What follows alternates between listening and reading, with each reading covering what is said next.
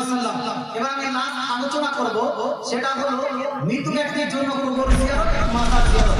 আর যেই ব্যক্তিরা কবর জিয়ারতকারীকে কবর পূজারি বলছে, মাজার জিয়ারতকারীকে মাজার পূজারি বলছে, তাদের হুকুমটা কি হবে? তারা কোথায় যাবে? তারা জান্নাত যাবে না জাহান্নাম যাবে? একটা সুস্পষ্ট আলোচনা করি। হাদিসটি শুনুন, আপনারা শুনুন, মহিলারা আপনারা শুনুন। মুসলমান, এই হাদিসটি লিপিবদ্ধ আছে সহিহ মুসলিম শরীফ প্রথম খণ্ড পৃষ্ঠা নাম্বার 313 এর মধ্যে। সেম হাদিসটা লিপিবদ্ধ আছে সুনানে নাসাই জিলদ নাম্বার 1 পেজ নাম্বার 221 এর মধ্যে। সেম হাদিসটা লিপিবদ্ধ আছে সুনানে ইবনে মাজাহ জিলদ নাম্বার 1 পেজ নাম্বার 112 এর মধ্যে। সেম হাদিসটা লিপিবদ্ধ আছে মিশকাত শরীফ প্রথম খণ্ড পৃষ্ঠা নাম্বার 154 এর মধ্যে। আমার নবী, আপনার নবী, দয়াল নবী, মায়া নবী ইরশাদ করেছেন, জুরুল কুবুরা, জুরুল কুবুরা ফাইন্নাহা তুযাক্কিরুকুমুল আখিরাহ।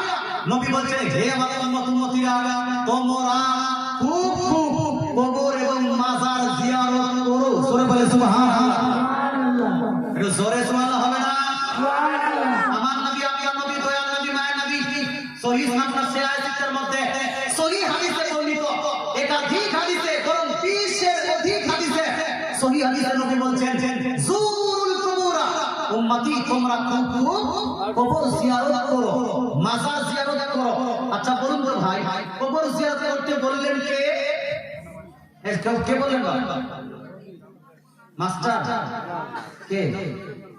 ডাক্তার? কে? জি বর্তমান হিন্দুস্তানে নাই একজন ডক্টর সাহেব ছিল, কিছুদিন আগে ডক্টর সাহেব এই হিন্দুস্তানে আলোচনা করতো।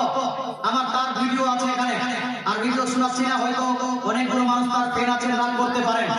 মুসলমান আপনাকে বলতে চাই, একজন ডক্টর নাই, সে বলছে মাজার পে জানা বিলকুল গলত, অর্থাৎ মাজারে যাওয়া একেবারেই ভুল কাজ, একেবারেই যাবে না, মাজারে যাওয়া যাবে না, এটা একটা ডক্টরের কথা। কবর জিয়ারত করা যাবে না, এটা একটা মরবির কথা। আপনার মাজার জিয়ারত করা যাবে না, বর্তমানে কোন শাইখের কথা। কিন্তু আমার নবীর কথা হলো সহিহ হাদিসের মধ্যে, জুরুল কুবুরা, জুরুল কুবুরা, হে আমার উম্মতীরা, তোমরা কবর এবং মাজার জিয়ারত করো। নবী বলছেন যে করো, এই মাজার ডাক্তার বলছে ছাড়ো। আমরা কোনটা করব ভাই? কোরআনটা নবীর কথা মানবো না ডাক্তার মাস্টারের কথা মানবো? কোনটা? নবীর কথা মানতে হবে। এই জন্য কবর জিয়ারত করা যায় আছে, মাজার জিয়ারত করা যায় আছে। আচ্ছা বলুন তো, মাজারে গিয়ে কবরে গিয়ে আপনারা জিয়ারত করেন না পূজা করেন? কোনটা করেন? জিয়ারত বলুন, পূজা করেন না জিয়ারত? জিয়ারত করেন। ওই গেলে গিয়ে তো ওই আপনার ধূপকাঠি নিয়ে এইরকম করে বন্ধন করে এ করেন নাকি? এটা তো করেন না। ওখানে গিয়ে কি সাজদা করেন? এটা ভালো বলো। মাজারে গিয়ে সাজদা করেন? মাজারে গিয়ে সাজদা করেন না, কারণ আমরা সুন্নিরা ভালো করে জানি সাজদা একমাত্র চলবে কার জন্য? আল্লাহ ছাড়া কাউকে সাজদা করা যাবে না। আল্লাহ ব্যতীত কাউকে কেউ যদি সাজদা করে, সে পীর হোক অথবা ওলি অথবা নবী, তাহলে এই কাজ কমসে কম হারাম হবে না। মুহাম্মদ সাল্লাল্লাহু আলাইহি ওয়াসাল্লামের শরীয়তে একমাত্র সাজদা চলে কার? আল্লাহ। তা আপনারা তো কবর জিয়ারতে গিয়ে বা মাজার জিয়ারতে গিয়ে সাজদা করে না, ওখানে গিয়ে কি তাওয়াফ করেন ভাই? এরকম চক্কর লাগান? না না, চক্কর লাগাই না। ওখানে গিয়ে কি রুকু করেন? রুকু করেন না। ওখানে গিয়ে কি পূজা পাঠ করেন?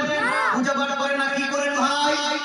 জিয়ারত করি। জিয়ারত করি। আচ্ছা, যারা ড্রাইভিং করে, ড্রাইভিং, তাকে কি বলা হয়? ফার্মার? ড্রাইভার? কেমন টিচার? যদি কেউ ড্রাইভিং যারা করে তাকে যদি টিচার বলে, তো কি বলবেন? কি বলবেন না অশিক্ষিত বলবেন? কোনটা বলবেন? হ্যাঁ, যে ড্রাইভিং করবে তাকে বলা হবে ড্রাইভার, যে টিচিং করে তাকে বলা হয় টিচার, যে রিডিং করে তাকে বলা হয় রিডার, যে আপনার কি বলছে প্লেইং করে তাকে বলা হয় প্লেয়ার। ভালো বলো না বাবা। যে স্পিকিং করে তাকে বলা হয় স্পিকার, যে স্পিচ করে তাকে বলা হয় টিচার। কথা বুঝতে পারছেন? যে ড্রাইভিং করে তাকে টিচার বলা যাবে না, যে টিচিং করে তাকে রিডার বলা যাবে না। মুসলমান বন্ধুরা, যারা কবর জিয়ারত করে, এই কবর জিয়ারত আপনার জিয়ারত যারা করে তাদেরকে কি বলা হবে? কবর পূজারি না কবর জিয়ারতকারী? কোনটা? এজরে বলো। কবর পূজারি না কবর জিয়ারতকারী? কবর জিয়ারতকারী গ্রামার অনুযায়ী তারা হয় কবর জিয়ারতকারী, কিন্তু অনেকগুলো শেখ অনেকগুলো মাস্টার, অনেকগুলো ডাক্তারকে দেখা যায় এদের গ্রামার ভুল, এদের লজিক ভুল, এদের গ্রামার প্রসঙ্গে, ইসলাম প্রসঙ্গে সামান্যটুকু জ্ঞান নাই। যারা কবর উপর জিয়ারত করে এদেরকে বলে কবর পূজারী, বলে কি বলে না? আচ্ছা, কবর পূজা করা যায় না যায়? কবর জিয়ারত করা যায় না যায়? কবর পূজা কেউ করে সে মুসলমান থাকবে কি থাকবে না? কি থাকবে না?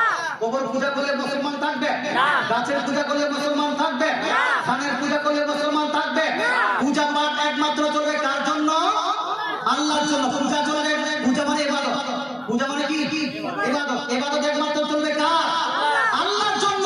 কেউ যদি গাছের পূজা করে সে মুসলমান থাকতে পারে না। কেউ যদি সূর্যের পূজা করে সে মুসলমান থাকতে পারে না। কেউ যদি চন্দ্রের পূজা করে সে মুসলমান থাকতে পারে না। তদ্রূপ কেউ যদি কবরের পূজা করে সেও মুসলমান থাকতে পারে না। আমরা ভালো করে জানি মুসলমান। এখন আপনাকে জিজ্ঞেস করতে চাই, কবর জিয়ারত করি আমরা, যে ব্যক্তিরা কবর জিয়ারত করে এদেরকে কেউ যদি কবর পূজারী বলে, অর্থাৎ এদেরকে কেউ যদি মুশরিক বলে, কবর পূজারী বলে, যারা কবর পূজারী বলবে সুন্নি মুসলমানদেরকে, এরা মুসলমান থাকবে না। কথা বুঝতে পারলেন না? দেখেন, একজন ব্যক্তিকে যদি আপনি কাফির বলেন, কি বলেন? কাফির বলেন, তো সে যদি কুফর না করে, সে যদি কুফর না করে, তো ওই কুফরটা, ওই কুফরিটা আপনার দিকে চলে আসে, ঘুরে আসে। সে যদি কাফির না হয়, যে বলেছে সে কাফির হবে। কথা বুঝতে পারছেন না? কাউকে যদি বলেন যে মুশরিক, আর যদি সে মুশরিক না হয়, যে ব্যক্তি বলেছে মুশরিক সে মুশরিক হবে। তাহলে কবর পূজা করা হলো শিরকি কাজ। কবর পূজা করা কি কাজ? শিরকি কাজ। আমরা সুন্নিরা কবর পূজা করি না, মাজার পূজা করি না। এবার কোন ওয়াহাবি দেওবন্দি কেউ যদি এই সুন্নি মুসলমানদেরকে কবর পূজারী বলে, যে বলবে কবর পূজারী, তার মানে এই আপনার সুন্নিদের উপর শিরকের ফতোয়া লাগায়। কিন্তু ভাই, আপনারা কি শিরক করছেন? আদৌ কি পূজা করছেন? আপনি পূজা করছেন না প্র্যাকটিক্যালি, তারপর আপনাকে পূজার ফতোয়া দিচ্ছে। তার মানে এই ফতোয়া ঘুরে তাদের উপর যাবে কি যাবে না? তাদের উপর যাবে কি যাবে না? উল্টা তারাই মুশরিক প্রমাণিত হবে কবে না? উল্টা তারাই কাফির প্রমাণিত হবে কবে না? আমি বলতে চাই ভাই, অন্ধ জানার মতো মুসলমানদের উপর ফতোয়া দিতে গিয়ে নিজের ঈমানটাকে বরবাদ করিও না। কবর জিয়ারত করা যায়, আর কবর জিয়ারত করা শুধু জায়েজ নয়, স্বয়ং আমার নবীর সুন্নাত। সবাই বলে সুবহানাল্লাহ। কবর জিয়ারত করা আমার নবীর সুন্নাত, মাজার জিয়ারত করা আমার নবীর সুন্নাত। মুসলমান বুখারী শরীফ জিল নাম্বার 2 হাদিস নাম্বার 40-42। কত নাম্বার হাদিস বললাম? 40-42 এর মধ্যে লিখিত আছে উহুদ পাহাড়ে। এখানে কেউ হাজি আছে? হাজি হজ করতে বলা ভাই, ভাই আপনি আছেন? হজ করতে গেছেন মক্কার মদিনার মধ্যবর্তী জায়গাতে উহুদ পাহাড় নামে একটা জায়গা আছে। ওই উহুদ পাহাড়ের পাশে 70 জন সাহাবী আছে, মাজার। এই যে আপনি বলছেন, এই যে হাদিসে বলছে, আমি যাইনি কিন্তু আমি হাদিসে পড়ছি, কোরআনের তাফসীরে পড়ছি যে উহুদ পাহাড়ের পাশে 70 জন সাহাবীদের মাজার আছে।